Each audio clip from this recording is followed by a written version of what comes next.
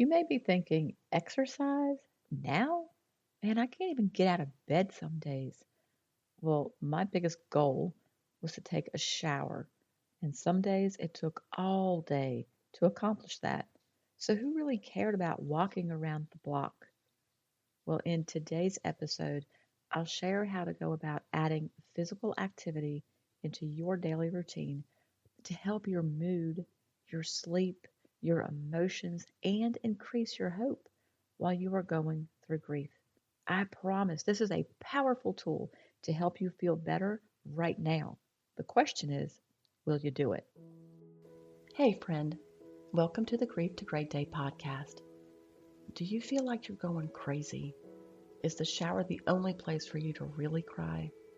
Are you surrounded by people, but you still feel all alone? Do you want to be the you were before your loved one died, but you have no idea how to get there?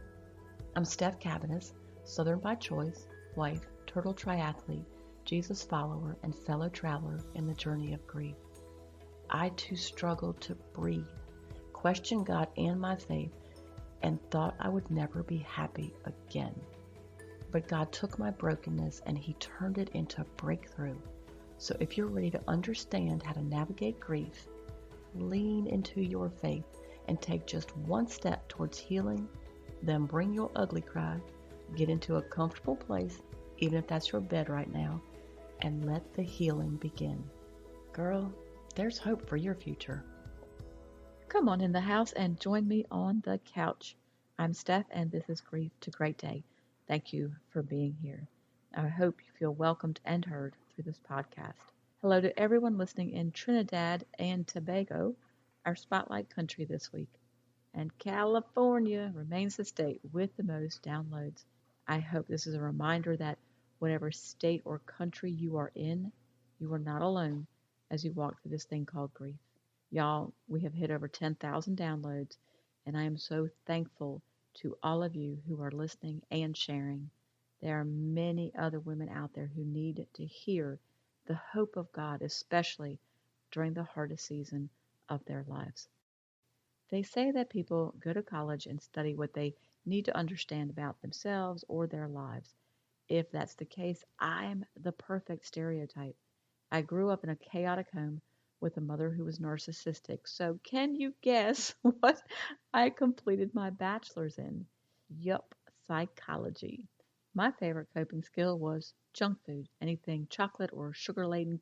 Can you say ice cream aholic? That was my go to. So, the result of that addiction was that I became a yo yo dieter starting very early in life. Sometimes I was very small because of the latest diet trend, and there were also two, possibly three times in my life that I was well over 200 pounds. In one of our attempts to get healthy, Monica and I joined a gym specifically for women, and our little trainer worked us out so hard that neither of us could move any of our limbs the next day. It was a funny coincidence that it was Girl Scout cookie season. So, yup, the comfort found in those cookies proved to be the remedy for us. And no, we never returned to the gym. My next degree was my next need to understand something in my life. I obtained a master's degree in exercise physiology to understand how the body, specifically heart, lungs, muscles, and pancreas, respond to exercise.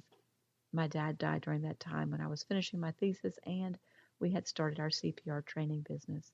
So it should come as no surprise that as I encountered stress, I gained weight, and when I was close to defending my thesis, I decided not to finish my degree.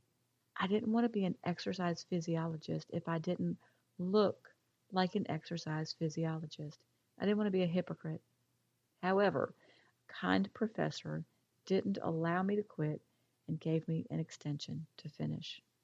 When Monica was diagnosed the first time, we stopped eating all junk and began eating a vegan diet and juiced carrots and other vegetables in order to build her immune system. And after about 9 months, Monica and I both lost around 100 pounds each. And believe it or not, the most exciting part was not the weight, it was how great we felt. We had lots of energy, felt lighter, And I was so clear minded. The changes were incredible. And for the next 4 years, I finally found freedom in my new lifestyle.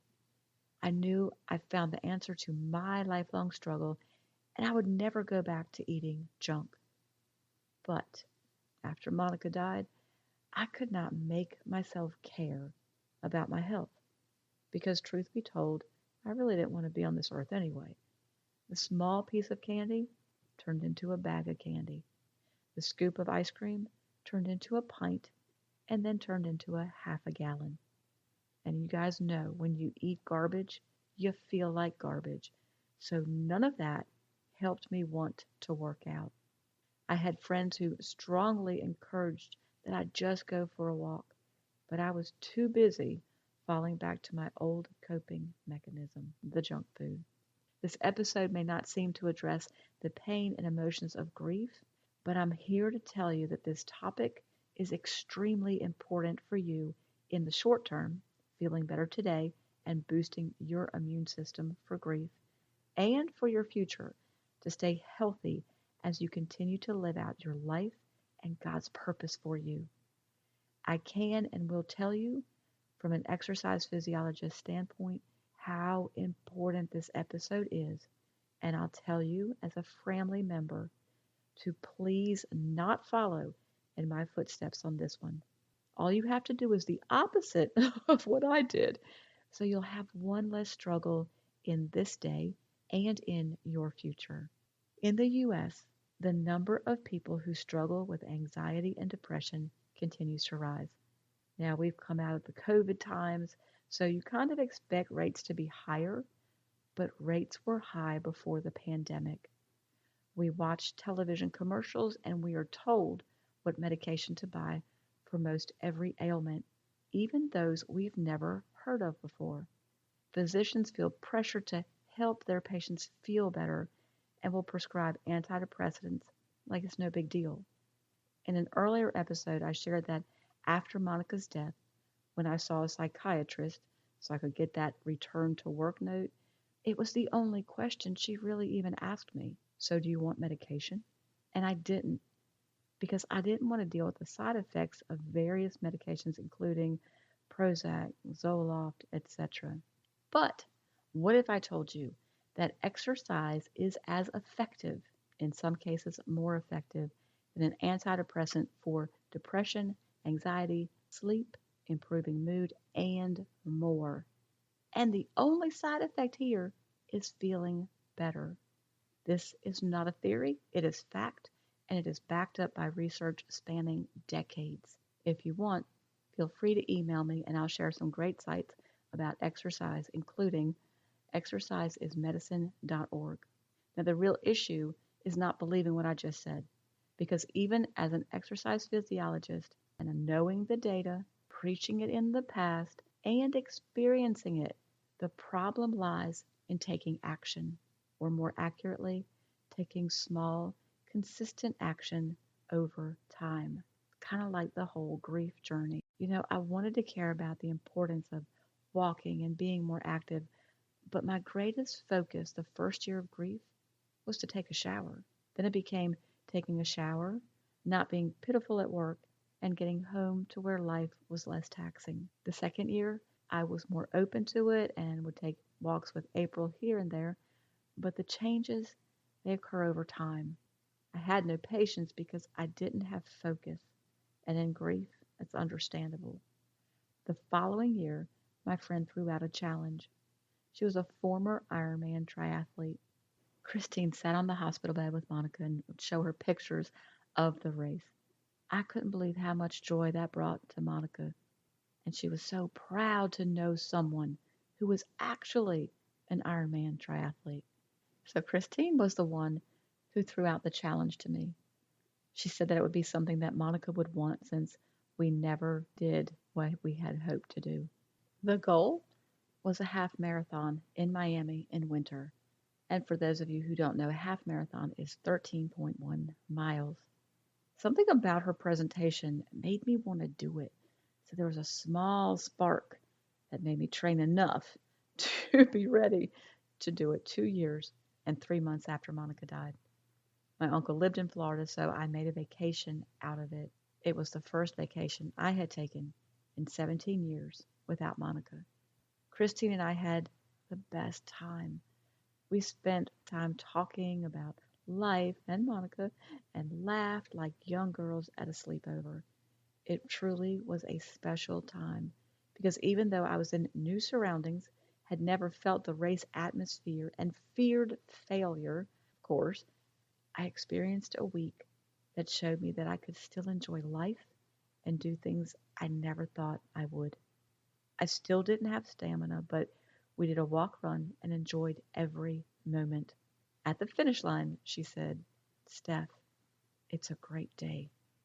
Now, y'all know I started crying because I had emotions of finishing it, of accomplishing a goal, and having Monica with me when she said it's been a great day. I thought she would be very proud. I believe now, and I recognized this then, that my mustard seed was enough to keep me seeking God, to build a relationship with Him instead of continuing to experience empty religion.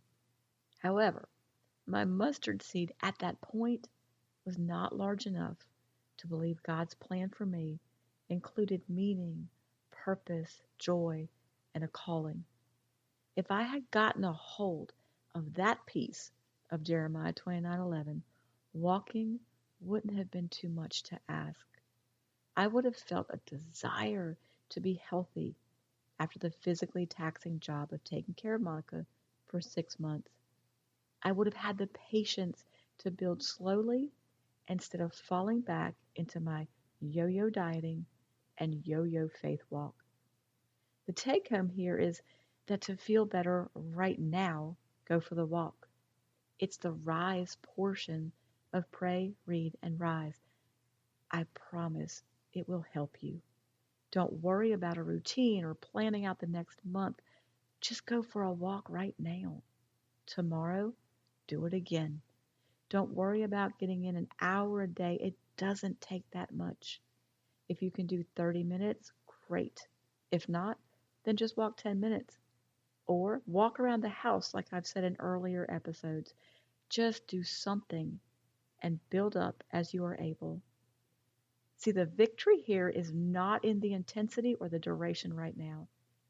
The victory is in the doing, especially as you utter the words, "I don't feel like it. I don't want to. I'll do it tomorrow." Just notice in those phrases that I know you say, I know you say, you've never said you can't do it. Basically, you're just choosing not to. The word of the week is from 1 Corinthians 6:19 through 20. Do you not know that your bodies are temples of the Holy Spirit who is in you, whom you have received from God? You are not your own, you were bought at a price. Therefore, honor God with your bodies. So that's your journey work this week. Pray, read, and rise at least 3 times this week. Write it down, have a checklist if you need it, and check it off. If that's too much, then commit to what you can. How about 1 time this week? Next week, you can go to 2 times, and so on. Again, the victory is in the doing when you don't feel like it. This is where your healing and your growth take place. This is where you're building a foundation for a future you're going to have, even if it doesn't feel like it yet. And if you don't care about your future, I get it. I didn't either. But let me promise you that it's going to help you. It's going to help you sleep. It's going to help your mood. It's going to help you get out of the pit. It's going to help you right now. So rise, change your surroundings. Just do it for 10 minutes and do it right now. Don't put it off. Do it right now. And then email me that you did it. I want to hear it. I want to hear it. I want to see it. I want to be excited for you because even though these steps aren't pretty and they're not big, they are steps nonetheless. And here are some other ways that will help you to move forward. Join the private Facebook group. Y'all, if you want to be a part of an amazing group of faith filled women who are walking out the hardest journey of their lives, this is the group to join. You can also purchase the What to Do After the Loss of a Loved One workshop. This is like your compass to help guide your steps towards healing. It's broken into 4 sections like a mini support program, and it'll give you direction and the actions to take in the first weeks, months, and even the first year if you feel stuck. If you don't have a church home, visit my church, opendoorchurch.com. Links to everything you need are always in the show notes. In the meantime, remember who holds your future. He has a plan for you. You might not feel it, but it is truth. And keep on coming back to the house, keep sitting on the couch, and keep taking those steps, however small or slow, towards your healing. Thank you for being here today, for showing up. If this podcast has given you hope, encouragement, or helped you in any way, share it with a friend, either in a text or on your social platforms. Also, please subscribe, rate, and leave a written review on iTunes. It's a huge blessing for me to know that you're out there. Lastly, and this is important, you are not alone. Connect with me on the Grief to Great Day website, the link is below, and sign up for our free newsletters. I want to be able to pray for you by name. Remember, grief isn't something you're going to get over, but a great day is something you can get to.